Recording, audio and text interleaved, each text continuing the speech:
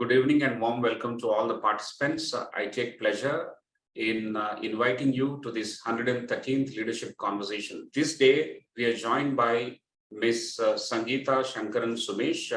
Please join me in inviting and welcoming her. Good evening, ma'am, and welcome. Good evening. Thank you. We are so delighted that we are all waiting to hear from you. All the participants are ready.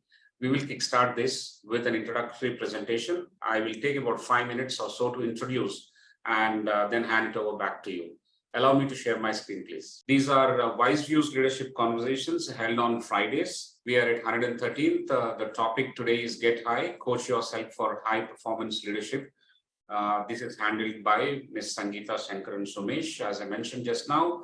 So after this introduction, we'll have about roughly 20-25 minutes of the opening talk by the leader, followed by 2 clusters of Q&A, and then we'll sum it up. That's roughly about an hour, but generally it goes beyond that. I take once again great pleasure in introducing the speaker. She's a Chief Financial Officer turned business and leadership coach, contributing by maximizing potential, performance, and profits. She's also an independent director on corporate boards. Ms. Sangeeta is on a mission to enable, empower, and elevate businesses with a purpose to serve corporate leaders and teams to shine and succeed. She brings along a rich corporate experience of 25 years with MNCs, and her latest position was the Executive Director and CFO of the prestigious Dun & Bradstreet Technologies. Several accolades she received, and some of them are like this: Nightingale Award by the Society of Auditors, Leading Woman CFO, Innovator in Finance, 100 Inspiring Authors of India, Outstanding Professional Award given by FICCI. She is a mother of 2. She balances her personal, professional, and spiritual life and social life as well as an art of living practitioner.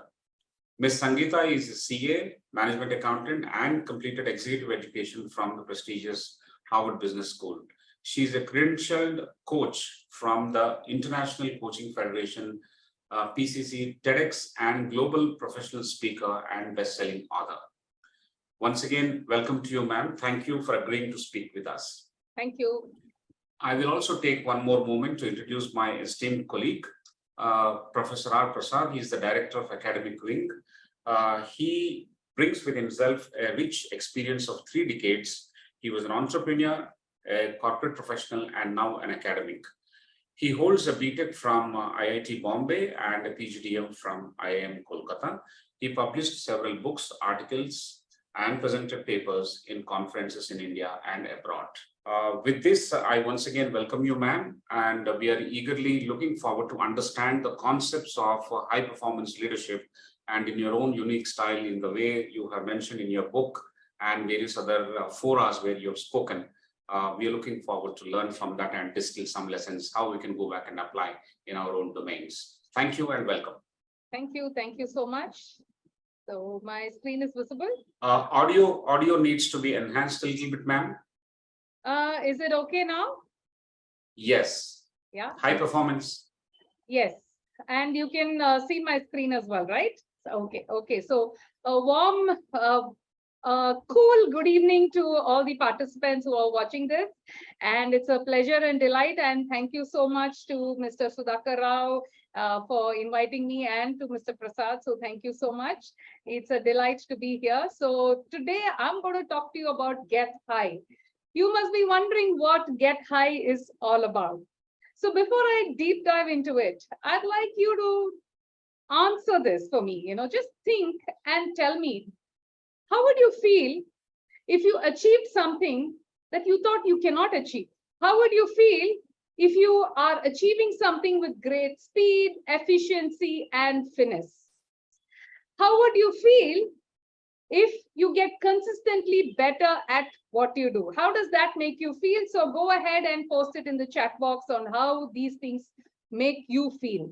I'd like some interaction from all of you. So just think about it and let me know how that would make you feel. Anybody? Yes, I see somebody replying. Exciting. Yes, absolutely. Exciting. You feel on top of the world, and it definitely gives you a high, right? So that is what Get High is all about. So I always say, for you to get high, It's all in your hands. You don't need to depend on anything external to get high, but you can give yourself the high that you want because it's all within you, in your hands. So that is what is Get High about, and a warm welcome to all of you again on today's session, which is how you can coach yourself for high performance leadership. And some of these things I'm going to talk to you and share with you are from my book, which is called Get High, How to Coach Yourself for High Performance in Your Work. Right, awesome. So I see some more answers. Lots of dopamine. Yes, absolutely. Feel good. Absolutely right, Chandrasekharan. Yes, absolutely right. Very, very true. So now, when I talk, say, high performance leadership and high performance teams, what comes to your mind? I'd like to hear from you. What comes to your mind? Can you give me an example of a high performance team? What is the price of the book? It's available on Amazon, so you can check it, and it's also available on some bookstores. And it gives you some templates, tips and tricks on how you can coach yourself for high performance. Chandra and team, yes, perfect, right on time. Just today we had Chandra and team. Absolutely right, great examples. Any other examples that come to your mind for high performance team? Okay. All right, so let me share with you, and I'm sure this image would, does that resonate with you as an example of high performance team? When our Indian cricket team won the 1983 World Cup, right? How they thought they would probably not, and just by one man who really, influenced the team and, created that impact and made our country proud by winning the World Cup for us. Yeah, disaster relief teams as well, absolutely, yes. Be in the present for being in present lead you to high performance. Absolutely right, Dr. Vijay. Yes. Yes. So that is an example of how the Indian team went on to get consistently better at the game of cricket, and how they actually reached for the stars and, went and bagged the cup for us, right? Made the country so proud. So that is an example of high performance leadership and driving the teams. Any other person who comes to your mind for high performance leadership? Let me share this image, and I'm sure that would also resonate with you. Dr. APJ Abdul Kalam, right? Who is also a shining star example of high performance leadership. How in his career, he just grew and went on to becoming the president and leading our country. So those are some examples. Yes. Dhoni as well, absolutely. Yeah, the present footballer as well, absolutely right. Yes, you guys are awesome. You're coming up with some lovely examples. Yes. So these are some examples of the high performance leadership that we have seen, and there are many, many more. Like all of you have said, many, many other people around us who inspire us to get better at what we do. Now, if you were to look at the context of a business, I believe that there are 4 pillars for a business growth. What are they? Your leadership, your strategy, high performance, and of course, finance. Now, all of this, if you were to look at the base of all of this, it all depends on business partnering, because there's no one person who can achieve the magic. And it's important that everybody works together as a team by partnering together as business partners on these pillars. And that's what propels the growth for a business. So if you were to look at these pillars of business growth, you have both leadership as well as high performance, which is what we are going to be focusing on today's session. So if we were to get into the brass tacks, what is high performance? What do you think is high performance? Can you please share some thoughts? What is high performance? It is relative, absolutely right. But in your definition, what is high performance? What do you think is high performance? Right decision at the right time, instantaneously. Yes, very good. Yes, because each of us can have different perspectives and different thought process of high performance. So it's always nice to share. Yes, beautiful answers. Consistent, efficient performance. Beautiful and wonderful. Yes, Chandrasekharan, exceeding expectations. Yes, giving your 100%. Absolutely right. Yes. Awesome. You guys are rocking. So if you were to define it, all your answers are right. And if you were to kind of give it a definition, what does that look like is achieving superior results by performing at a high standard as per your set target. So when you know that you want to achieve something, when you perform by, at giving those superior results that you want and at a high standard, that's what will give you the high performance that you want. So what is high performance leadership? if you were to define high performance leadership, what does that look like? Oh, yes, Dr. Vijay. Yes, that's very nice to note. You struggled and how you got through your PhD. Awesome. Congratulations. Yes. So if you were to define high performance leadership, it is having a clear vision and inspiring others for growth. That is what is high performance leadership. Let me pause and share a little story out here with all of you. There were two friends, and both of them were princes, right?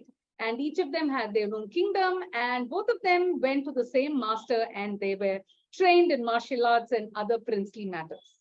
Now, as they grew, and just when they were about to take charge of their kingdom, unfortunately, one of the princes, the enemy attacks the kingdom, kills the father, and the prince no longer has the kingdom, and he's no longer a prince. He's a pauper. He's like anybody else because the enemies shoo them away. Now, this prince doesn't know what to do. With great difficulty, he tries to contact and, manages to reach the kingdom of his friend. He goes there and he tells him, listen, my dear friend, this is what has happened to me. You have to please help me out. Guess what this other prince gives?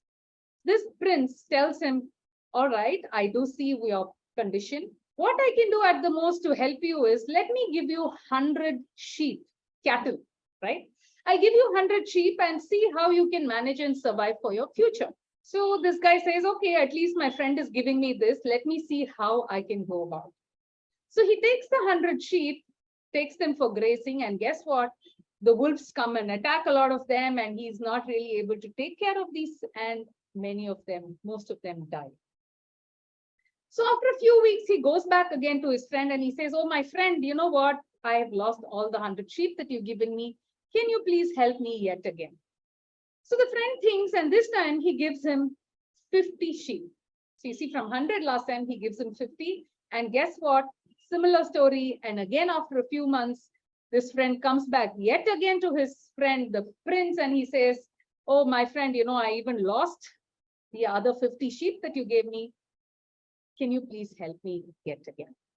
And this time, the prince thinks, and he gives him just 25 sheep. So the prince, who was a pauper, understood. He said, yes, now it would look really bad if I have to go yet again to my friend and expect him to help. He has already helped me so much, and I have been inefficient, and I have not really managed to save my sheep.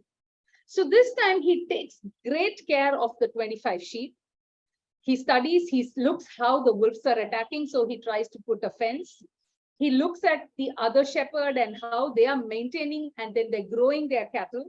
So he also starts to become a good shepherd, protects her cattle, and also starts to rear them. And very soon, the 25 sheep that he had multiplied, grew, and he had more than 1,000 sheep. So after a couple of years, he goes back to his friend to express his gratitude and give thanks because, he says, now I know the art of how I can manage. Now, the friend, when he heard that, he was extremely thrilled. And he told him, you have been so good. You have become consistently better at what you do. You have learned your lessons. You know how to manage. And therefore, my friend, now I'm going to gift you a part of my kingdom. So you see, that is what is leadership about, where you really inspire others for growth. Instead of, telling him, preaching him, and, he could have always said, oh, this is not how you manage cattle. Can't you even manage sheep? Instead of asking all that, he let him evolve. He let him learn and find the ways, right? So that the inspiration that a leader can create, that is something is high performance leadership, where you get consistently better at what you do. So that was an example of high performance leadership. Now, if you were to go back to businesses, right? Now, let me give you this example of the RPG group, which consists of CET, KAC, and many other group companies. I did a 2-day offsite for their All India leadership team. And there was something that they were all very keen on. And what was that?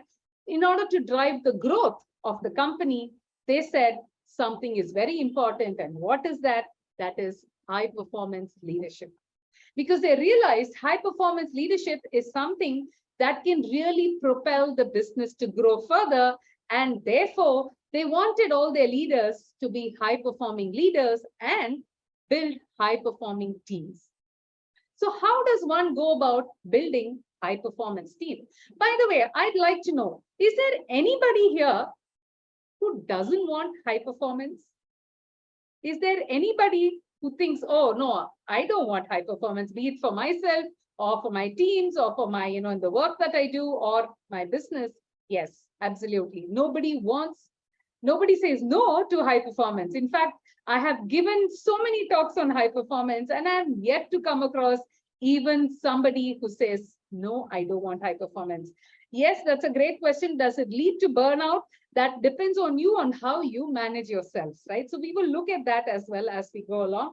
High performance, you should know where to draw your limits, know your boundaries, but at the same time, see how you can get better and become a better version of yourself, right? So I have never seen anybody who says no to high performance. So how does a business drive and how can a business build the culture of high performance? Let's look at that. I'm going to give you a small part or snippet of what my workshop was for RPG group leaders. So I say there are 6 different aspects of building a high performance culture at work. First, learn to harness your team's energy, right?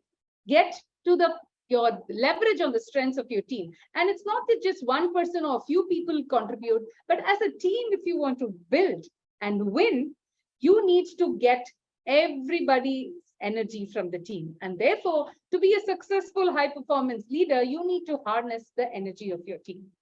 Second, your team must have the freedom to try new things, right? Do they have the comfort level to go ahead and try, even if they're going to fail? So check for their freedom to try new things. High performance is all about continuous improvement. And therefore, when you're building a high performance culture, see how you can get better at what you do. The learning drive is something very important and essential because for you to stay updated with the current changes and the trend, your learning drive becomes very important.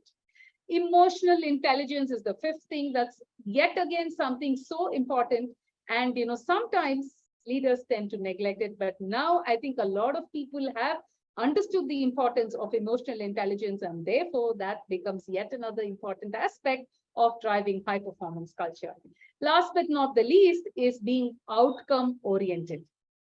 Why are you doing what you're doing? So that you know what is propelling you, what is the outcome that is being desired. And therefore, in order to build a high performance culture, these 6 aspects again help in building and driving the high performance culture. Now let's look at high performance and leadership. I say a leader drives high performance. And can a leader achieve by himself? No, he needs his team, right? And the leader also has to strategize how he wants to grow the business. He or she wants to grow the business, which in turn will lead to the financial success of the business. And therefore, all these things become very important. If you notice in the image, the leader strategizes for financial success, drives high performance teams, and the team and the leader together achieve the financial success for the business. And why is that? Because if you want your business to grow, this becomes something, an integral part of your business growth. So if you were to just move on, how can one build a high performance leadership strategy? Let me share this with you. It's an acronym because acronyms are easy to remember and your recall value is also high. So I'll give you a framework on how you can build your high performance leadership strategy. And I would request you to, once you get back, you can think over it and design your strategy. So as a leader, first step, it starts with you. So leading self. How are you leading your own self? Because as a leader, you're looked upon by people, right? So are you leading yourself in a manner that is inspiring your teams? So leading self. The T stands for teams. Because as a leader, you also have to lead your teams. So how efficiently and successfully are you leading your teams? O is the organization, leading the entire organization. Do you have those capabilities, those traits, and the characteristics to lead an organization? C is to lead change. We are living in an era where change happens so fast and so quick. So are you in a position to lead change and keep pace with the changing times. And K are the keys. Your keys for your leadership, for your high performance leadership. Now, these keys can vary person to person and business to business, but these keys are the core of your high performance leadership. So go ahead and define your keys. What actually propels your high performance leadership? So my friends, take stock of your leadership strengths, and how you can go about and build your high performance leadership strategy. So my request to you, like I said, is see, using this framework, how can you build your high performance leadership strategy? Now, if you were to move on, what are some of the distinguishing skills that a high performance leader possesses? So let's check that out, right? A high performance leader leads by example, because like I already mentioned, people look up to the leaders, right? And if you are a high performance leader, the people, your team, tend to follow suit and therefore lead by example. You inspire your team to take the required actions, right? And you get the best out of your team. As a leader, you know their strengths and how to leverage and achieve the desired outcome. So as a leader, how are you inspiring your teams? Are you a good listener? Because listening is a very important skill, because you know what is the thought process happening with your team members. So are you a good listener? Do you have good listening skills? Check that out. Questions, the powerful questions. A high performance leader asks powerful questions that makes one to think, reflect, and take the right action that's required. So ask the right questions. A high performance leader also builds the trust amongst the people. People feel safe. They have psychological safety to open up and share their thought processes, right? And therefore building trust, not only just with your team members, but also amongst the team members, is an important skill that a high performance leader possesses. High performance leader is always there to support the team members, right? So are you supporting your team members during the times that they need? And even not just that, every other time when they need something, are you there to support them? Then comes communication. A high performance leader is effective in his communication. And therefore, how effectively are you communicating? Because communication is the key to getting things done. Last but not the least, a high performance leader knows how to connect well with the team members and establish the right rapport and the connection and builds bridges. So how efficiently and effectively are you connecting with your team members? So those are some distinguishing skills that a high performance leader possesses. I would urge you to think and rate yourself against these and see how you can improve your high performance leadership skills. You may have the high performance leadership skills. Now, it's also essential as a high performance leader to lead your teams, right? So how can you go about doing that? Now, this was a workshop that I did for the CXO club, right? The CEOs, CMOs, CHROs, CFOs of different organizations. I did a workshop for them on how they can get better as in their leadership skills and how they can lead high performance teams. Now, there was something beautiful that came out of this workshop, and I'm sharing those pointers here with you. First thing they said was, we need to be better listeners, because most of the time we think, oh, I know it all, and we seldom listen to our team members. And therefore, again, listening comes up as an important skill to be a high performance leader who can lead and drive high performance teams. The second most important thing, appreciation. Now tell me, who doesn't like to be appreciated on a job that's well done? So go ahead, see how you can appreciate your team members and the people around you, and be genuine while you're appreciating on something that they've accomplished really well. Learning, right? Are you a continuous learner? Are you updated with what's happening in your domain, right? So see how you can keep track of the latest and keep learning continuously. The fourth one they shared was about ego. All of us have ego, and as we grow in our careers and get the experience, our ego also tends to grow. But they said, can we put aside our ego and probably even learn from our juniors, from our subordinates, and see how we can grow and support each other by putting aside the ego. And last but not the least, they said is, can we be mindful of all the actions that we take, because we are the role models for our team, right? So can we be mindful in our behavior, in our action, in the words that we speak, and that will help us to lead high performance teams. So these are again some of the traits that will help in leading high performance. And of course, these are some brainstorming growth workshops that I do where organizations want to drive and build high performance teams, drive the high performance culture, and ensure the business propels and grows leaps and bounds. So these are some workshops. And of course, if you think your organization or anybody needs some bit of support, I'm happy to help and support and contribute to your business growth. Let me conclude with a little story. Okay, sorry, these are some of my clients with whom I work with. And yes, happy to connect with all of you. You can find me as the Gain Enabler. I'm active on LinkedIn and other social media. And YouTube, I keep sharing a lot of videos on leadership, high performance, finance, and strategy. So feel free to subscribe and, go ahead. And yes, these are my books. They are available on Amazon. A Glance at the Unknown is a spiritual thriller. What the Finance is a bestseller. It talks about finance, simplifies finance for businesses. Get High is what we spoke about now, how to coach yourself for high performance in your work. And Where's the Moolah is the financial growth hacks for better business profitability. So before I ask you to share your learnings and takeaways and the actions that you want to do, let me conclude with a small story here. A group of tradesmen, right?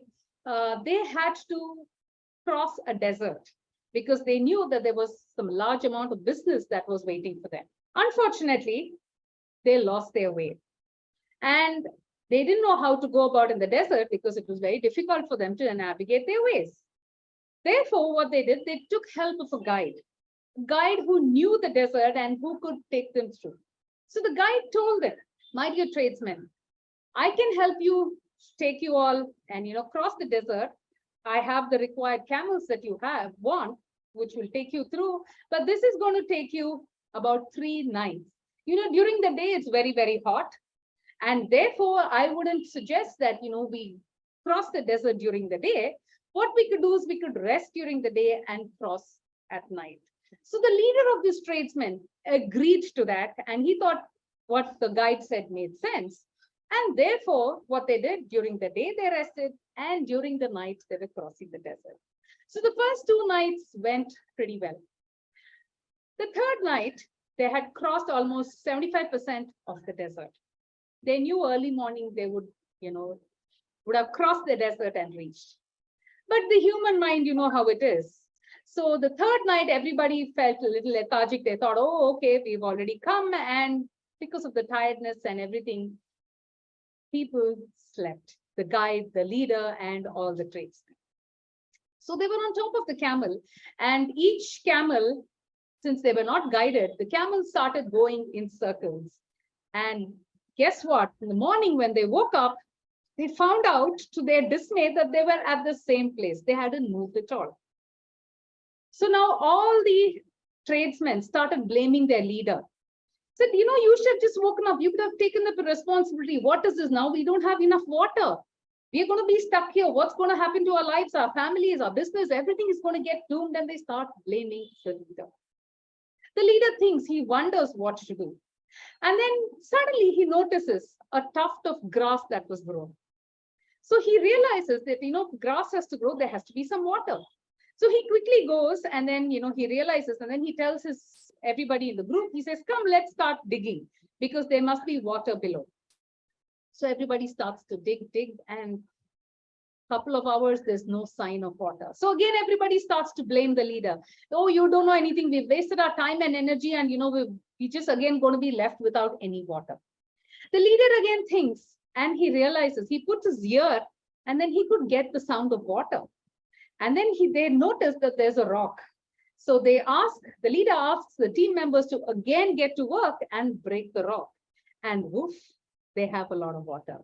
The people are very happy and everybody appreciates the leader, right? So when you're driving high performance as a leader, do not give up easily. Think, get the support from all your team members, get their buy-in, see how you can influence them, how you can create the impact that you want, and thereby achieve what you want to achieve along with your team members. So that is what I wanted to share with all of you on high performance leadership. And I hope that all of you learn, grow, and are getting better at what you do and becoming high performance leaders. And now I'd like to hear from you on your takeaways, on your learnings, and what actions are you planning for your high performance leadership. So over to you. Thank you, ma'am. Thank you so much. I think last 30 minutes has been very interesting and high decibel kind of talking that you've been doing. You are a great connect with the audience, whether it is in person or online. I must congratulate you for establishing that wonderful connect in a short span of time. Thank you. While it may not be new in terms of defining leadership, several people have defined leadership, and each to their own way of looking in terms of what this leadership is all about. It is not the newness that is important. It is the approach and it is the framework. Through our questions and discussions and conversations, we will be testing this framework in the next few minutes. But I must thank you, ma'am, for this wonderful connect that you have provided. You have talked about not just the definition, but the strategies and the skills needed. Leadership is all about wonderful results. But between the leadership and the leadership thought and the results, how does one strategize, process it, and connect to people and take these team members along with oneself, leading them not just once, not just twice, but consistently over a period of time, and then establish that as a template for the organization to follow. It is not person dependent when it is processed carefully. It is person dependent when it begins with it. So how do we institutionalize these performance trends and the strategies and the leadership templates is what we will have to learn and understand and apply back in our own domains. Thank you so much. I want to also mention that we have some great leaders who have joined this conversation. From around the screen, we have excellent people who have joined. They are hailing from all walks of life. Some of them are from technologies, people from sports. Wow. We have war veterans joining. Air Marshal Harikumar has joined. We have leaders from education. Dr. Raman Kumar Jha, thanks for joining from Jharkhand. We have Dr. Indrani Bhuyan joining from Shillong, Meghalaya. And we have many other leaders joining from Bangalore, Delhi, Gurgaon, as I can see, Pune, and of course, Hyderabad, and few from the Northeast, other states of Northeast as well. Wonderful. Thank you all for joining. And we are going to, this is not over, this is just the beginning. We are going to have these Q&A sessions. We will have two clusters Q&A. The first one will be taken up by Professor Prasad, and after that I'll join for the second cluster. In the second cluster, please raise your hands. We will connect you. We'll open the mic with a facility for you to speak to the leader directly. So let's get going. Thank you. You summarized my talk very well. Thank you. Thank you, ma'am. I request Professor Prasad to commence the cluster number 1. Over to you, Professor Prasad, and thank you. Thank you, Professor Rao.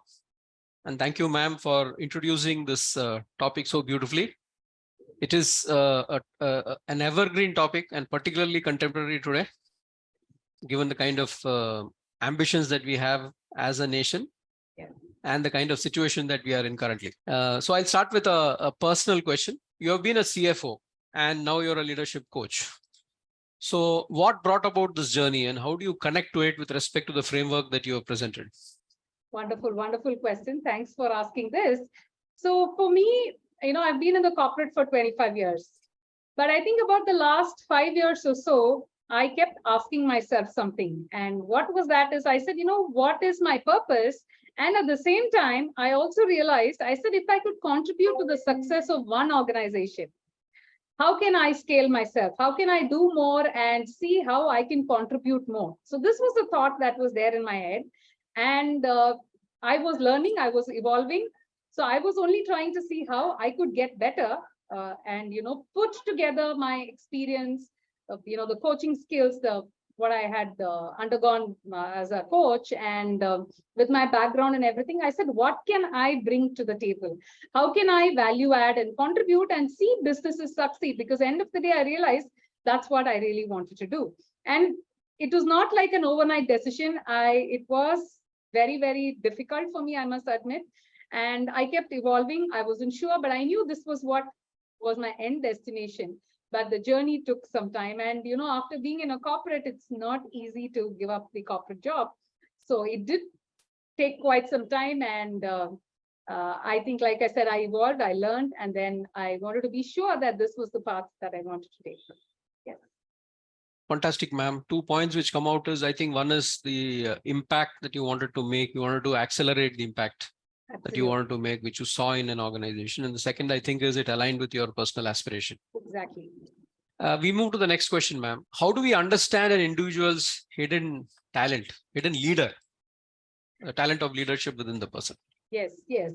So I would look at it in 2 ways. One is your hidden ones. The second is you probably know you may not have that particular skill, but how are you learning and acquiring? Because I personally believe that it's not that leaders are born, right? Leaders are made. And how are they made? By learning. So, you know, we again spoke about continuous learning. So by learning continuously, that also helps you to discover your hidden talents. You know, what is it that you like?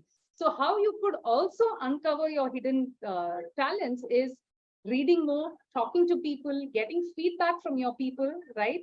Upskilling yourself and taking time out to think and reflect to see what are those things that are important to you and asking yourself, how can I be a better leader? I think these thoughts will help you evolve and get answers for what you want. And if we were to apply this question to a member in the team who can be a potential leader and one wants to identify his hidden talent, then what would be the approach? So you mean as a leader, you want to tell it to your team members? That identify other leaders. Yes. So, you know, it's always easier from an external perspective to identify what are the strengths others have, right? So to see how they can leverage on their strengths. So if you can pinpoint and encourage them and appreciate them, right? What we spoke about. And that by doing that, you're highlighting their strengths. And then they get the awareness, like, because many times we are not aware of our strengths as well as our blind spots, unless and until somebody points it out for us. So as a leader, if you can just point that out to your team member to say, hey, you know, you did a great job. For example, your written communication is awesome, right? For example, so, or, you know, your the way you manage your team, like your team members or, you know, the people relationships that you have is amazing. Maybe you're very good at conflict management, or probably you're too good at the negotiation strategy. So whatever that they have. So once you start highlighting it and encouraging them and appreciating them, I think it's easy to win that. Fantastic, ma'am. So I think the first point that you mentioned is you provide the opportunities and see what comes out of it. And then from that, identify the strengths and then water them, appreciate them, and then see how they can grow. That's right. That's right. Yes. Excellent, ma'am. So now we come to another question, and this is about, you know, what as per you is the difference between a coach and a mentor? What are the similarities and differences? Okay, that's a great question. In fact, in my YouTube channel, you'll find an interesting podcast as well that talks about this difference. But at a very high level, a mentor is somebody who's been there, who's done that. And the mentor, out of interest, tells you, right? And like he tells you, you know, don't do this or do that based on his or her experience, right?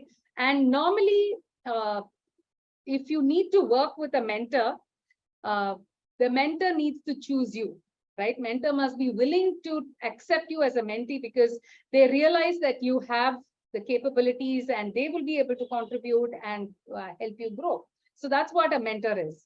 Now, what does a coach do? A coach is somebody who partners with you, who facilitates your thinking, your reflection, who can be a sounding board, who can be a good listener, because in the coaching philosophy, we believe that if you have a challenge, you have the solution to it as well. So the coach enables you to come out with the best possible solutions by getting into conversations with you, asking powerful questions, listening to you, being your sounding board, challenging you with, you know, the questions and ensuring that you are walking the path that you need to walk. So that is the prima facie difference between the two.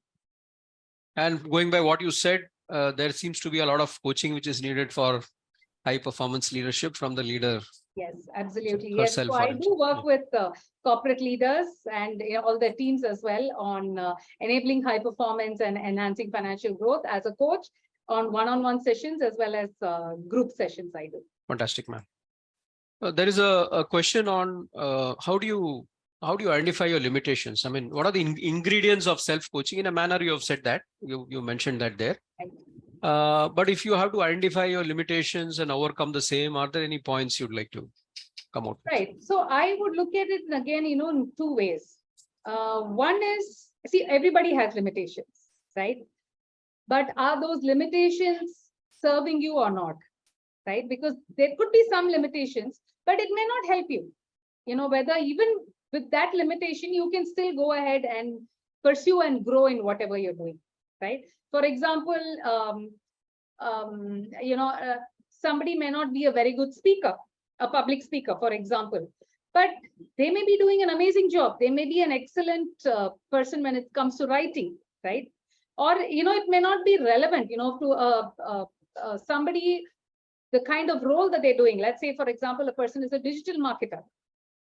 They don't have to speak. All they need is creativity and, come up with good stuff. So that could be a limitation, but it may not really bother you in what you're doing. So stuff like that, don't even waste your time and energy on stuff like that. Now, looking at the limitations that's related in what you do, that is going to help you in your growth. See how you can overcome that. So firstly, for that, you need to have the right kind of mindset to see, hey, awareness, firstly, I would say first having the awareness, yes, this is a limitation, and then having the mindset to overcome that. And how can you do that? By upskilling yourself, learning from your peers. It could be through books, online, you have many things, right? Or YouTube, wherever, to see how you can learn and outcome the limitations that are really limitations in your growth. So identify them into limitations that would help you grow and limitations that don't really bother. So by classifying it like this, I think it would help you to grow. There is a good framework that you presented in terms of the awareness, mindset, and the upskilling part of it. If you have to suggest, because the first two of them are the tough nuts, the awareness and the mindset, would you have something specific to suggest there? So your awareness is through reflecting, thinking, and asking people around you, right? Who you work with closely, or it could be your family, because they would have a better view, because your view into one person's view is always restricted, right? And the people around you would have a better view. So by getting that helps you with your awareness. Mindset is all out here, and if you think that you need to achieve something, whatever that you want, overcoming something or growing with the targets that you're setting yourself, you need to constantly motivate yourself and also see the people around you, if they are contributing and helping you to achieve this mindset, because a person is the sum total of the 5 people they are with, right? The average of that. So surround yourself with the right people and motivate yourself. So apart from the framework, I think, the desire to, to go along this path, as well as, getting in the motivation which is needed to that is absolutely necessary. True. Yeah. We come to the next question, ma'am. This is, India can do with a lot of more leadership skills than it currently has. And that's why it needs more people like you to do that. However, if you look at what's happening there, it's not gained the kind of size or scale which is needed at this stage to multiply, and reach our goals as organizations or as countries. Now, how do you address this issue of lack of leadership skills and building that particular awareness? How do you go about doing that? Right. So I don't think there's a lack of leadership skills. I think there's a leader in everybody. There's a high performer in everybody. But the difference is we need to channelize our energy in the right direction. Right. So everybody has all these skills, and by enhancing your awareness, wanting to do that desire, having that drive to achieve what you want, and then channelizing your actions, your thoughts, everything in the same direction, I think that would help. And it's not just when we say leadership, I believe leadership is not just one person, but it's a leadership team. Because as a team, you can achieve a lot more, you can accelerate the process, right? And therefore, if everybody is aligned to the common goals, common objectives, and work towards that, I think that will make a whole lot of difference. But you see, what happens many times is each person's idea is different. And then comes along the ego, right? So everybody says like, oh, no, what I'm saying is only right. What you're saying is not right. So these are something that's common. But however, that's where a coach facilitates such discussions, and then getting everybody together on the same page, aligning and ensuring that everybody's working together to achieve the common objectives. I think that would really help. And that makes the difference in my perspective. If you compare, the level of coaching which takes place in countries where high performance is more visible, and that which happens in, say, a country like India, on the face of it, it looks like there is a need for much more in terms of what is needed. I mean, inputs in one way or the other. It may be a program or it may be something else. Yeah. Yeah. So the questions comes from there. So, if someone is in a particular state, an organization is in a particular state of mind, how does one get across that this is something that needs to be done? Right. So, I always draw the example from sports. Now, even the best of sportsmen, whichever sport you take, all of them work with a coach, right? So that helps them to get better at what they do. And I say, why should it be any difference in the corporate world? Unfortunately, a lot of corporates, the coaching is still evolving in India, right? As compared to the other developed nations. And the mindset of the people needs to change to accept the fact that by working with a coach, it's going to help them get better, right? So that basic understanding and the mindset shift needs to happen. And I think when that happens, it becomes a lot better.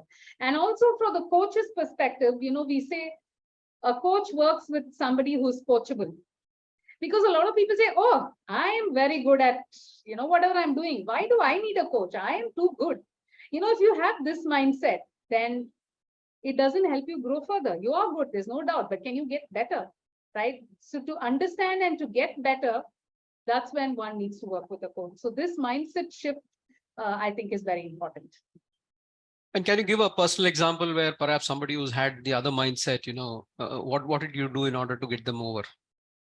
Right. So basically, we go about having conversations and then, educating them and telling them that, listen, you do have a lot of advantages and benefits by working with a coach, and it accelerates the process. Whatever that the goals that you want to achieve, by working with a coach, the entire process gets accelerated and helps you to achieve quickly whatever that you want to achieve.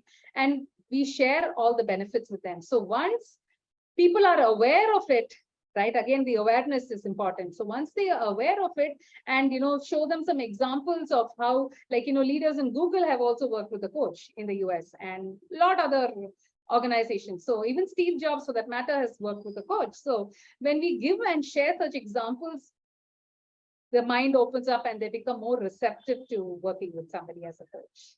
Very good, ma'am. Very good inputs. And I think you opened up the door for, one more question, but at this stage, I think I'll pause here because we have the deadline. Sure. And I'll hand it back to Professor Rao. If there is time, I'll come back. I'll play the timekeeper. Thank you, Professor Prasad.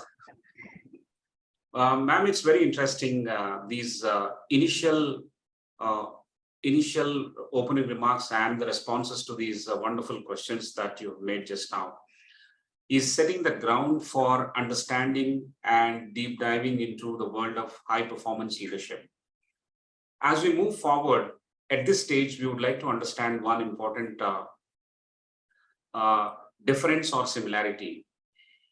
Is high performance leadership akin to a Red Bull kind of performance? Therefore, is it going to lead to a burnout, or is it something else that we'll have to understand and cultivate and sustain it? Right. So, high performance, the basis of it is that it's you versus you, right? To see how you can get better. It's not like, you're comparing yourself with somebody else and saying, this person has done it, so I have to do it. That's not really what high performance is. But knowing your capabilities, knowing your limitations, and knowing what you want to achieve and within what time frame. So defining all these different parameters and ensuring that you're getting better at what you do. So as a high performance leader, it's an important thing that you do not allow your teams to get burnt out as well. So therefore, being there, supporting each other and seeing how you can achieve whatever the common goals that I spoke about, that is what is very important. So I hope that answers your question. Like I said, it does. Yes. Thank you. Yes, it does. It does. Thank you very much, ma'am. We wanted this to be clarified, and therefore there are several questions from the audience, and there's a kind of a competition to raise the questions as well. But I would like to apply some of the lessons that we have learned in the last 20 minutes. Listening is a very important trait for leaders, and all of us are supposed to be leaders. So let's listen to the speaker first and make sure that your questions are structured in time. And when the mic is open, you can probably raise that question. I will now, I have a list of questions, but I will take the questions from audience straight away. I'll request 3 of them who have actually opened the mic for Ms. Varsha or Kritik or Dr. Vijay. Any of them can take the mic. I think Kritik is ready to ask the question. Over to you, Kritik. Okay, so far I think you've both put up a lot of good points regarding the need for more leadership skills in modern day society, especially in the workplace. I'm just curious, with the emergence of friend groups and new sorts of teaching curriculums such as IB, on average, how developed do you think a student's leadership skills and qualities are? Because generally, they learn their own social skills, they learn to be collaborative with their friends, and they do a lot of other stuff with their friends that can be considered, teamwork. So on average, how developed do you think a student's leadership characteristics and skills are? Okay, wonderful question, Kritik. So I wouldn't differentiate a student's leadership skills because I think leadership skills are common for everybody. And what I would always suggest is define your leadership skills, because you see, leadership is a vast ocean. It has so many umpteen different things, right? Leadership never goes out of fashion, right? No AI can replace a leader. And therefore, you need to pick what are the critical leadership skills that you need to have as a leader. So therefore, first identify them and then see out of that, what are those skills that you already possess? And then what are the skills that you think are missing, and then start working on that, right? So it's basically you are the driver of your own path ahead. So therefore, pick what resonates with you, what is close to your heart, what is more meaningful and purposeful for you. So I would let you be in charge of yourself. All right, thank you very much, Ms. Sangeeta. That answered my question very well. I was simply curious about how well our current generation can, compare to past generations of leaders. I think the current generation is awesome because they're extra smart, very intelligent, very tech savvy, and they have, so many tools. The internet wasn't there when I was growing up, for example, right? And then now you have your AI, your chat GPT, I mean, so many other things. So that way it's a whole lot of privileged things. Having said that, I think this generation also gets easily succumbed to things like instant gratification, things like wanting things very quickly, very fastly, just the way they want, probably sometimes lack a bit of empathy and not very receptive to getting feedback or even criticism.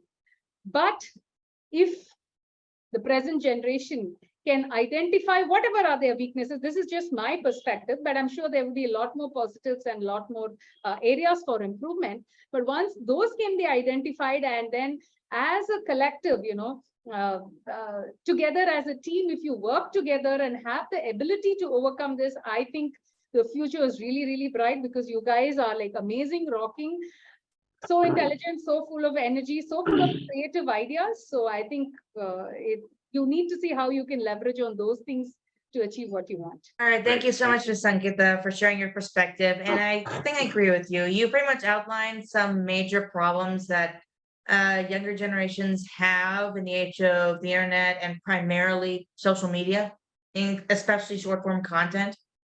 Yeah, so you should know to draw a line when you need to, you shouldn't get distracted, and then learn how to focus better. Great. Thank you, All right, ma'am. thank you very much, Ms. Kritik. Sangeeta. Kritik, you go celebrate. Thank God it's Friday. You've asked 3 questions and wonderful ones at that. Before I go to Dr. Vijay, who's been waiting in the wings actually to ask several questions, and he has been literally competing with you to speak out even in the first segment of opening remarks as well. I appreciate that energy, that high energy to speak and participate. That question I have is, ma'am, how would you help us understand one particular phenomenon that we usually see? India is very different from other countries. Our cultural and social dynamics are very different. Our diversity is very different, not just in society, it reflects even in our complex business environment that we have. How can leaders navigate and adapt themselves for high performance in their leadership roles in a country like India? That's a great question. So in fact, what when I'm doing my sessions and other things, there are different styles of leadership, right? So the style that I prescribe is adaptive leadership, because, you can't follow the same set of things for different people. You have to customize. Now, it's always easy to say, hey, my team should follow that. But again, just like the question that Kritik asked, younger generation, they have their own different ways of thinking, functioning, and there's a generational divide as well. And, as a leader, you have to succeed. And if you have to get your things done, you must be in a position to adapt yourself so that you can achieve what you want. What are your goals? What are your aspirations? And what are the outcomes that you want to drive? And that is why I always, I'm a big proponent of adaptive leadership. Instead of expecting your team members and others to adapt to the way, it's either to say, it's easy to say my way or the highway. But then if you can adapt yourself and, bring out the best from your team members, you're actually creating a win-win for yourself, your team, and for the business as well. And therefore, I think it's essential for leaders to be adaptive leaders. Amazing, amazing. Adaptive leadership is what actually sets teams much more aligned, and also not just the team's alignment, but also it is aligned to the organization, and that becomes a consistent effort towards creating a culture for high performance. Thank you so much, ma'am. I'll request Dr. Vijay to ask his question. Over to you, Dr. Vijay. Thank you, sir. Ma'am, it was wonderful, ma'am. Thank you. And in fact, the present one, what you talked about, the last one, adaptive, is almost, that's what I'm going to ask you. That's part of something called as conditioned behavior. One should be out of their conditioned behavior patterns. For that reason, one should know how they are conditioned. See, each one reflects the way they are. They should understand first self, why am I like this? The reactive elements should be different to given situation. Then you can be a better leader. Absolutely. If you're all, pardon me? Self-awareness. Yeah, it should be known self. Self-awareness comes into conditioned. How you condition. As a person keeps growing in life, in various circumstances, encounters many aspects of it. And those are all conditioned in the mind, how they react. Instead of like that, one should be in a given situation, adopt to the given situation and deliver the way it requires. That's what I feel so. Am I right? Yes, absolutely. Sure. Thank you very much for my small piece of 2 points. Thank you. And next one I want to ask you is what the finance, the book what you wrote, you're talking about. Right. Well, I'm PhD in management finance only, by the way. Lovely. What the finance you're talking about, even I'm getting, I'm thinking what can be finance, what do you mean by finance? What do you mean finance actually, ma'am? The way you handle it, the way you invest, or the way it's to run business successfully, because end of the day, I believe that whatever kind of business, big or small, a business has to make money, because the differentiating factor is otherwise you might as well do a charity, right? So if you call yourself as a business, you need to ensure the business is earning sufficiently. So the book talks about some simple and easy ways how you can manage the business, take the right financial decisions, and enable the business to grow further. It also has the wisdom of some of these successful entrepreneurs and business leaders who have shared their financial journey, their mistakes, so that everybody doesn't have to do the same mistakes, right? So I So have now- simplified it so that even a layperson can understand how the business finance functions. Well, on that count only, I don't want to mention, but I have to mention that an example. The way you said it, BYJU'S is the one, they made too much of finance angle point of view. Coming back on the what the finance, what you said about it. Yes, finance is the most important. Now, given any given situation, that depends on person's background. For me, from where he or she is coming. So it can be loan basis or a short term or long term or taking partnership. There's so many ways as a financing point of view. We talk about the financing. Okay, long term and short term, various ways of financing are there. Right. So what the finance, when you said it, my point of contention was there's so many finance areas are there to source it. Yeah. Agreed. Now, how you make your how you put into action, how you Dr. Vijay, I think we will make room for questions from others as well.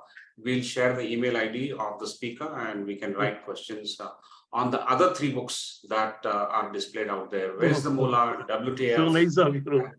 So Yeah, nice we'll of do you. that. Thank you. We'll do that. We'll make room for the questions on the topic that's on hand for us. So such is the enthusiasm to check out everything with you, ma'am.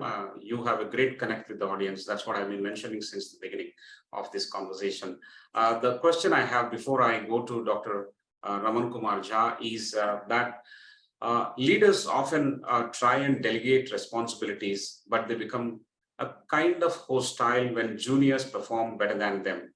What is your advice to the so-called leaders in that position, as well as advice to the team members, how this situation has to be handled? Yes, insecurity, that's pretty common especially in a lot of corporates. They do feel threatened when somebody else, especially the juniors, tend to do better, because that's again due to the fear that they may lose their job or they may become redundant, or what if somebody takes over. Having said that, if the mindset can be shifted from competition to collaboration, right, then a lot more can be achieved. Because like I said, I believe everybody has positive qualities, positive strengths that can be leveraged together. So, like I already mentioned, instead of one person just taking it and running the show, if there are like more people together as a team, they are able to achieve, the outcome is always magical. So therefore, don't look at it as a threat or as competition, but see how you can collaborate together and achieve a lot more. Great, great. Change in mindset is required from competition to collaboration and harness the energy of the entire team members. But as it is said, one of the members has also commented that the job of leadership is to produce more leaders. And if in your team you can produce more leaders who can handle independent responsibilities and move higher and move bigger than what is the current responsibility, I mean, that's a great measure of the leader that you are. I think that's the way one has to look at. Yes, competition versus collaboration, creating and producing more leaders. I think these are some of the metrics that one should look at. Thank you so much, ma'am. I'll request Dr. Raman Kumar Jha for raising his question. Doctor. Thank you. Thank you so much. This was one of the best sessions that I have ever attended, though I've been part of leadership for almost 33 years now in educational leadership.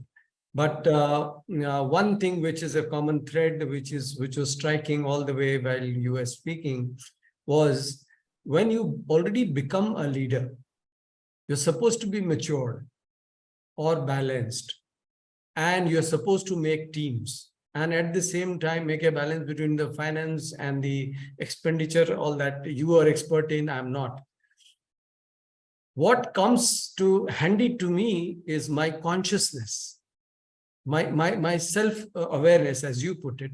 So this kind of a leadership, which is a conscious leader, is something which relates to almost everything instantaneously, the way it comes. So you as an individual looking through your heart at the situation and balancing both the sides works well for the leadership. That was a suggestion rather than a question, but I thought to just put it Yes. that. Nice, beautiful share. Yeah, very, very nice. Thank you so much for sharing that. Thank you, Professor, for joining and raising that reflection. Thank you so much. I'll request Mr. Suresh to go next. After that, we'll come back to Varshaji. Thank you for the opportunity, Dr. Sudhakar, and nice to meet you, ma'am, Sangeeta.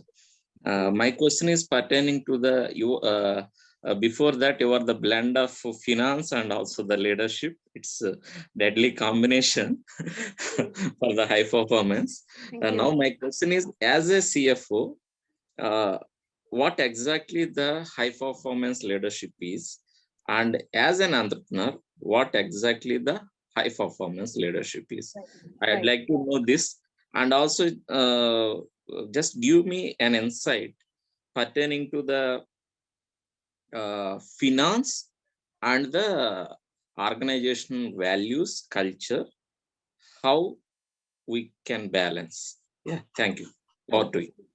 Great, very nice question. So firstly, I think you wanted to understand what is high performance leadership as a CFO or as an entrepreneur, right? So I think the answer is very common. Now, if you ask any finance professional for that matter, we would always say the financial results, the financial performance actually speaks about the business performance, how the business is performed, how the leadership team has performed, and how the teams have performed. So financial performance as such is the blend and the outcome of the performance as a business as a whole. And I think it's no different for an entrepreneur as well. And therefore, if the business is doing well financially and achieving the budgeted numbers and achieving the set targets that we spoke about in the beginning, and probably even exceeding that and getting better, that is what is financial high performance in any business. And you can look at it as a CFO or as an entrepreneur. I think that is what is important. And second thing that you asked about was on the values. Now, values is again something very, very important and essential. I think that's the core of any organization, because the values, mission, vision, the purpose, all of that is what a business and the organization is built upon.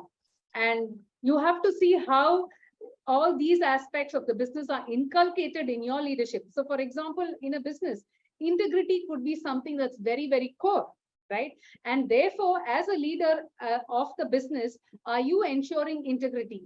Quality could be another important value. So are you ensuring quality in your delivery, in your outcomes, in the service that you're providing? Are you ensuring defects are not there, or if at all there, also it's at a very minor acceptable level? So these values that are there to see how, as a leader, not only you are following it, but also the rest of the organization and your teams are also abiding by those set values. So that is what is important. And that's why values become something that's very, very important for us. Great. Thank you. Thank you. Thank you very much, Mr. Suresh. And thanks, ma'am, for beautifully answering that query.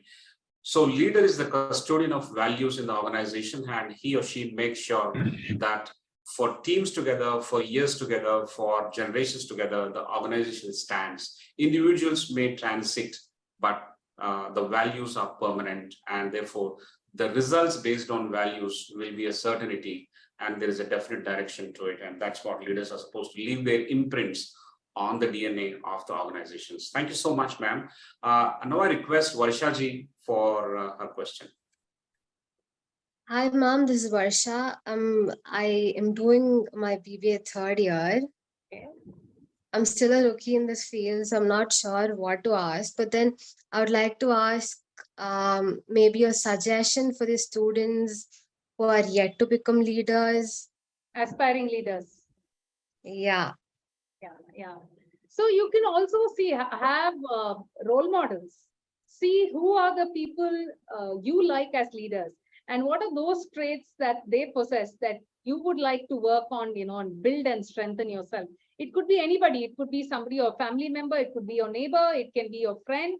It can be somebody in your college. It can be your professor, or it can be, a leader who's leading the nation. It can be anybody. So you identify those particular traits that you think are important and something that resonates with you, that you believe in. and just see how you could develop those skills for yourself. I think that is what I would like to tell aspiring leaders. Thank you, Mom. Mom, in another question, where well, India has a very traditional things that follow in their mind, whether when it comes to public places, one is not supposed to do something, but then ultimately it you might have to do it. How to handle a situation like that when maybe not getting an effect of their opinions or dealing the situation in a very calm and smooth way? I would suggest rely on your gut feel and your intuition, and take a call at that moment. Whatever you think is right, whatever you feel is right, just go ahead with it. Thank you, Varshaji, for that question. You texted out a question, so I opened the mic for you, but I thought you will still continue with that question, but you have muted that question to some extent. Next time around, please put out the question in its naked format. Don't worry about filtering it for us. We are capable of handling that. Next time, come for the next session. We'll be able to give you more answers for those issues that are troubling you. Next time we'll meet you. Thank you. Ma'am, one question I want to read out on behalf of Mr. Sanjay. What are your top recalls and experiences as failures, your own failures that served as lessons for you in your career, which helped you transition from a corporate role to a coach and mentor? It could be seen as positive as well as negative in one shot. Sure, sure. So one thing that has really stuck on to me over the years is, and what I have learned out of it is, I'll tell you what it is. So as a student, I was doing my graduation, and parallelly, I was also doing my ICWA exam. I was studying for it. To be very honest, like most of you know, ICWA has its inter and then final. The ICWA inter, I actually hadn't prepared much, and I just went and wrote the exam, not really expecting to pass, but then, I had got through. And that, gave me overconfidence, and that ruined, because, I thought, oh, it's going to be something very easy, and, it's a cakewalk. I don't really have to prepare a lot. And it was with that attitude, I went and wrote my final exam, ICWA final, and then needless to say, I didn't get through. And in fact, I think even the second attempt, I didn't get through because I was still somewhere subconsciously thinking that, oh, this is okay, I will be able to easily pass without really putting in any efforts. I hadn't really put in the hard work, prepared well for the exam. And that's when it dawned on me that a lot of it needs to change in my mind. And that's when I realized attitude is something very, very important. So if something is important for you, if you want to achieve something, I think go by your attitude. Having the right attitude is what will take you places. And that I've realized even on the corporate career, because anything, the kind of attitude you approach with, the words may camouflage it for some time, but your attitude is what will show up. People can look through and see through beyond that. And therefore, whatever is important, approach it with the right attitude is what I would like to share.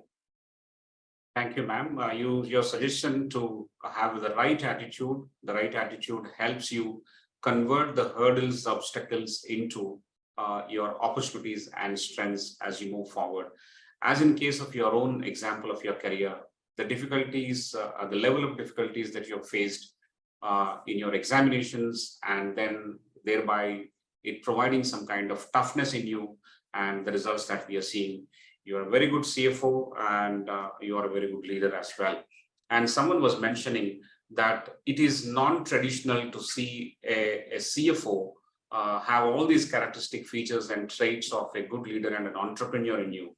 That's a pleasant surprise. Although we don't want to judge the CFOs like that, but functional performance of CFOs, or the traditional information and impact that we have of CFOs, is that they may not be the front-end leaders, but you look like a marketing leader, you look like a business leader yourself. So that was the point. Thank you so much.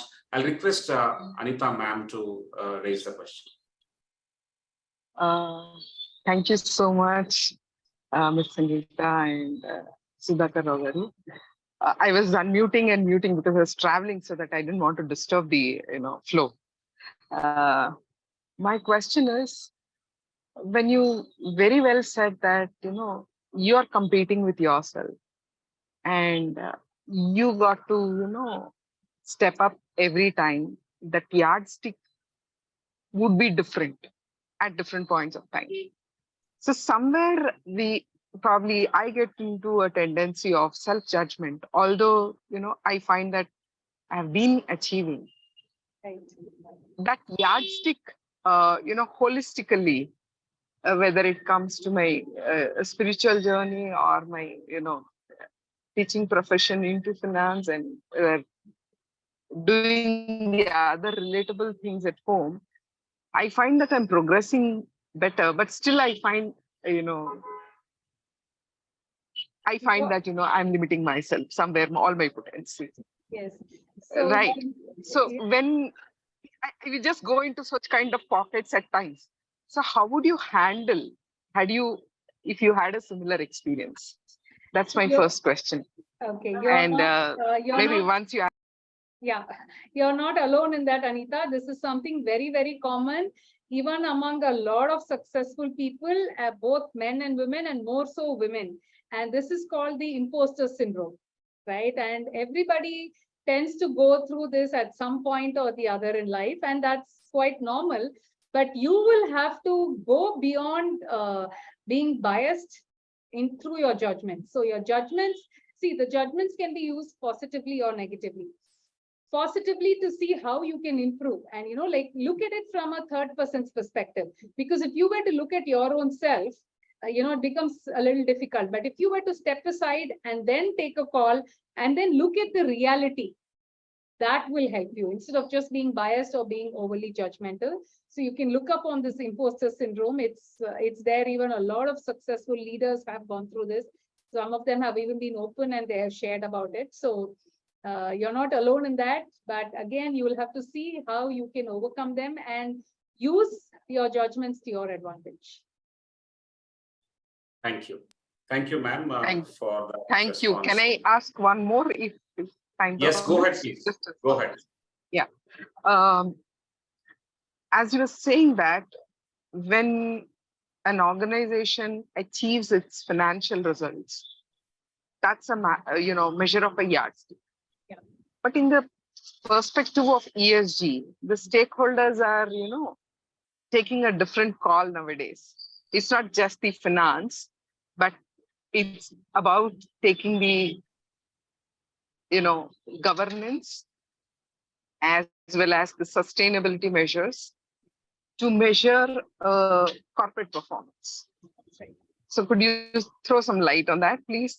Because nowadays it's not just the financial results that matter. Yes, but yes. It is Definitely. the overall governance. Definitely, yeah. ESG is something that's up and coming, and it's a very, very important area because the long-term impact of not just the organization, but I think as the Earth as a planet also has a lot of repercussions on the ESG. And therefore, I would urge organizations to come up with their own ESG checklists, right? To see how, look at it in two ways. One is, how is your organization managing the ESG from internally, right? Like it could be your waste, your affluent, it could be too much excess travel, for instance, different ways, e-waste and everything else. So you could see how you can curb this as an organization.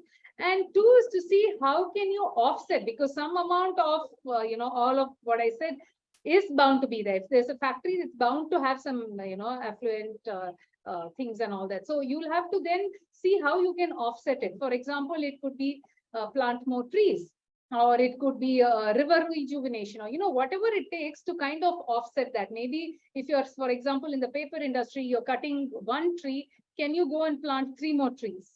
Something that you can do to offset. And most importantly, I think the teams need to be educated on this, because not many people have the awareness, right? That, this is something important and what is the kind of impact and the repercussion it has on our planet. So therefore, educating them, enhancing their awareness and seeing that necessary actions are being taken, I think that will make a whole lot of difference. Great. Great. Thank you very much.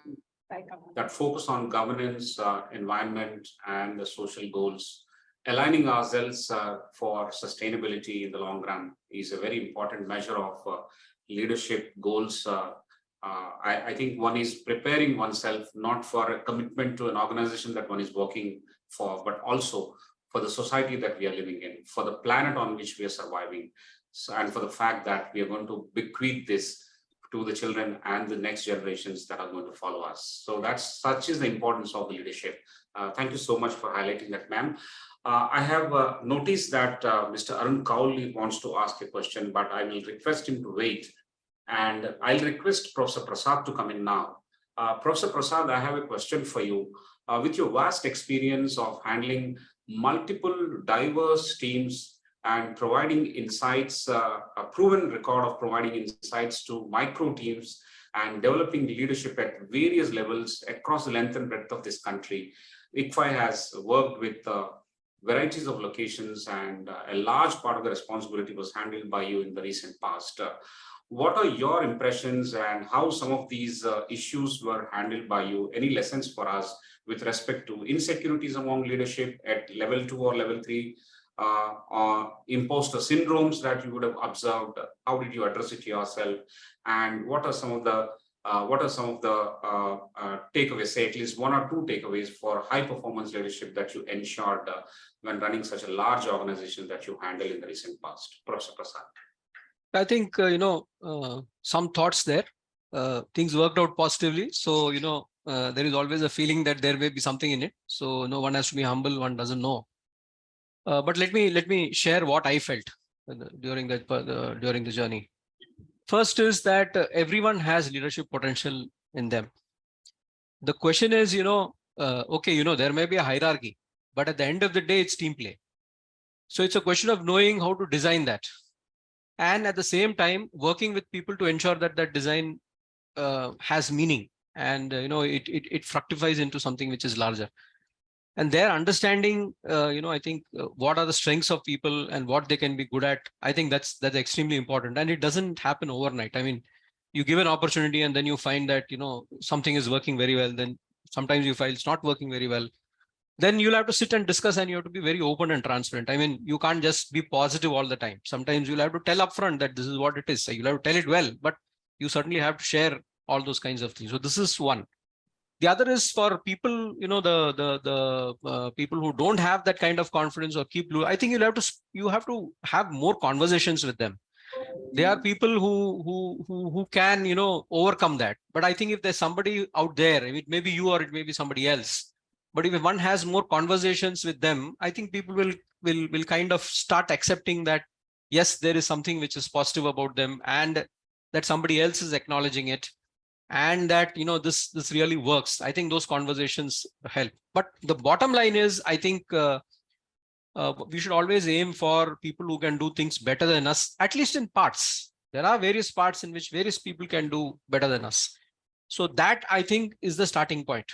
So if we are able to trust people for that and look for what needs to be done, I think other things will come along the way.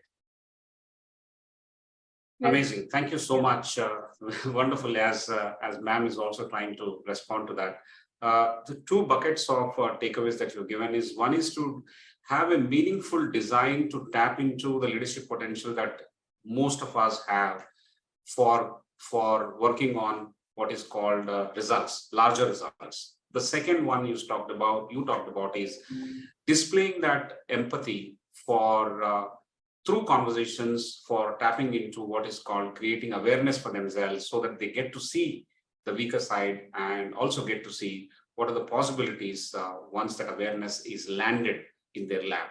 I think that's a very, very beautifully put dimensions and facets of leadership. Thank you so much. This draws from the experience that you've had over your long career. Thank you so much, Professor Prasad.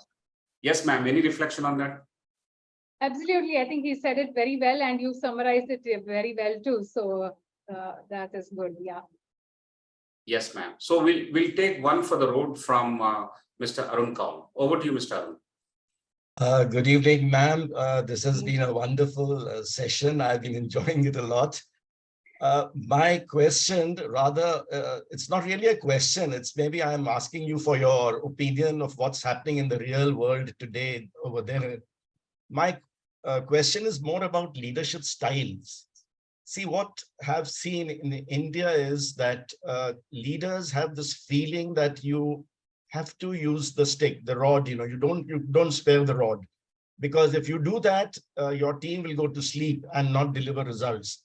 And I've seen some, well, should I say, successful, very successful leaders who have delivered in terms of sales revenues, profits, market shares, year after year after year, who have been extremely aggressive, extremely, scream and shout type of a culture, going to the level of using foul language. But they've been very successful. I mean, so I don't know whether, you are in touch with today with the multinationals around. So are there still people like that? I don't subscribe to that culture, incidentally, but I have seen myself that, they push people in such a way that the team members themselves didn't know that they had the capability or the capacity to do certain jobs. And because the leader pushes them to the extent of really, that swim and sink type of a situation. So do you think it really works? I mean, I've seen it working for a very long time for many people, but in today's environment, is it really working? I mean, I just wanted your thoughts on it. Yes, you are very right in your observation. And like you, even I don't greatly prescribe to that kind of leadership. But having said that, I think it varies along with the organization culture. What sort of culture is prevalent in the organization? And these things tend to stem from the top. So a lot depends on what is the kind of leadership style, the leadership culture that's being built within an organization. So it needs to get addressed from the top. And if a leader is not that overly pushy kind, you will notice the rest of in the pyramid, in the organization pyramid as well, everybody tends to fall intact. Now, I don't know if you know about those 5 levels of leadership. The level 5 leadership, the distinction between level 4 and level 5 leadership is, similar to what we said. Level 4 leaders also achieve results, but the difference with the level 5 leaders is they know, they have a lot more empathy and they know how exactly to navigate their way through. So to me, I think it depends on the organization culture. Sometimes if there's too much pressure on, achieving targets, then most leaders tend to pass on the pressure to their team members, right? Because everybody is human at the end of the day. So that is why I said, depending on the culture and how it stems from the top, how things are being handled. Is there psychological safety within the organization, right? How are failures looked upon as a culture in the organization? How does the organization look if you don't achieve the target? What if you've just achieved, say, 80-85% of the target that's given to you? So those kind of things is what defines how the organization handles such things. It could be setbacks, it could be failures, and how the leader is handling it, and how it's shared across the organization. So I think a lot depends on that, but this again varies organization to organization, and sometimes even it depends on the kind of leadership style an individual is following. So that's why it's a mixed bag end of the day, and leaders need to think and reflect to see how they can become better leaders. Yes, thank you. Actually, I've seen it flowing from the top generally, and then going down the organization. And it also reminds me of the saying that people don't leave organizations or companies, they leave bosses, So this happens when you get a boss with that type of leadership style. Thank you very much. Thank you. Thank you so much, Mr. Arun, for that wonderful question. Yes, thank you, ma'am, for your response as well. Leadership is always under scrutiny at various stages from both sides of the leader. One at the organizational level, at the board level, at the higher levels, there is a scrutiny, and there's a continuous scrutiny from the team side as well and the stakeholder side. So yes, it's not easy, and strategies vary from situation to situation, organization to organization, and the cultural context in which an organization is performing. That will have to be kept in mind when we are designing some navigational strategies to lead high performance teams. Thank you so much, ma'am. It's been a wonderful 95 minutes that we have engaged. Credit goes to you for holding all of us glued to the screen, and that's been high energy from your side. If I have to quickly capture some of the important aspects as a sum up, there's a lot to talk about it, but let me talk about a few points. Is that you started with clear vision and inspiration that is required from a leader to actually build his high performance teams. And vision is something which what you see, but others cannot. And you see that first, and you lead the entire team and their energy and the alignment to achieve that particular aspect. That is putting your ear to the ground, not just to listen to the sound of the water, but to actually grasp the tremors on the ground, being very close to the ground, keeping your eyes and ears open. I think these are some of the things that you have helped us understand in building a pathway, and then of course building the teams through the culture. The culture, the pillars of the culture have also been explained extremely well. And everything is happening because you define this as something, high performance is something as superior results at high standards. I think that's what stays with us. Your framework of taking stock is very interesting.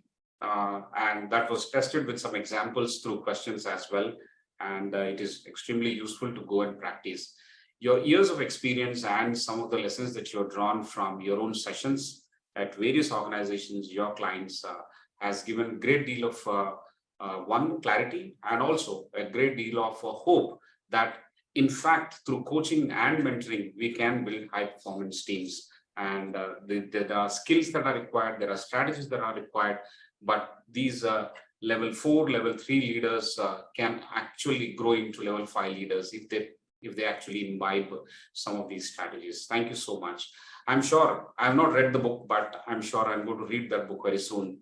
You have used many more examples drawn out of your own experience and observation. Quite eager to read that book, and also the other 3 books that you have displayed over there. From brainstorming to desert storming, digging for water, all these examples that you have given. But here, one thing that stands out is on the softer side of the leadership, I am because we are. Nobody is in isolation a leader. Nobody is appointed on a pedestal like a leader. The leader is someone who is accepted and all together lead for certain business results or the organizational results. And therefore, that is leadership. So I am because we are kind of a definitions. And high performance leadership, as you mentioned, is you versus you.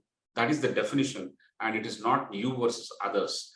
You and others is probably what we defined earlier when I said I am because we are. But the second one is basically you versus yourself, that refined thinking and awareness one have to work on. And then varying situations look at you and test your leadership. And that's where adaptive leadership is supposed to be. Conscious leadership, adaptiveness, and collaboration instead of competition is what you've advised is required. And the integrity with which you lead the teams will again become the cultural template of the organization. Integrity for quality, integrity for values. I think all these things will help us, help the organizations move forward in the longer sense. And the other important dimension that we touched upon through Q&A is also the fact that today we are building organizations through right leadership for diversity and inclusiveness, for sustainability, digital sustainability, organizational sustainability, environmental sustainability, and of course, we are designing the organizations through right leadership for impact. I think impact has to be measured much beyond the bottom lines that we are traditionally used to. It is the ESG that we will have to work on, the triple bottom lines approach that we'll have to take. I think the new age leadership will have to gear up for handling all these aspects, and some of the lessons that you have explained and cited will be useful for youngsters as well as mature leadership.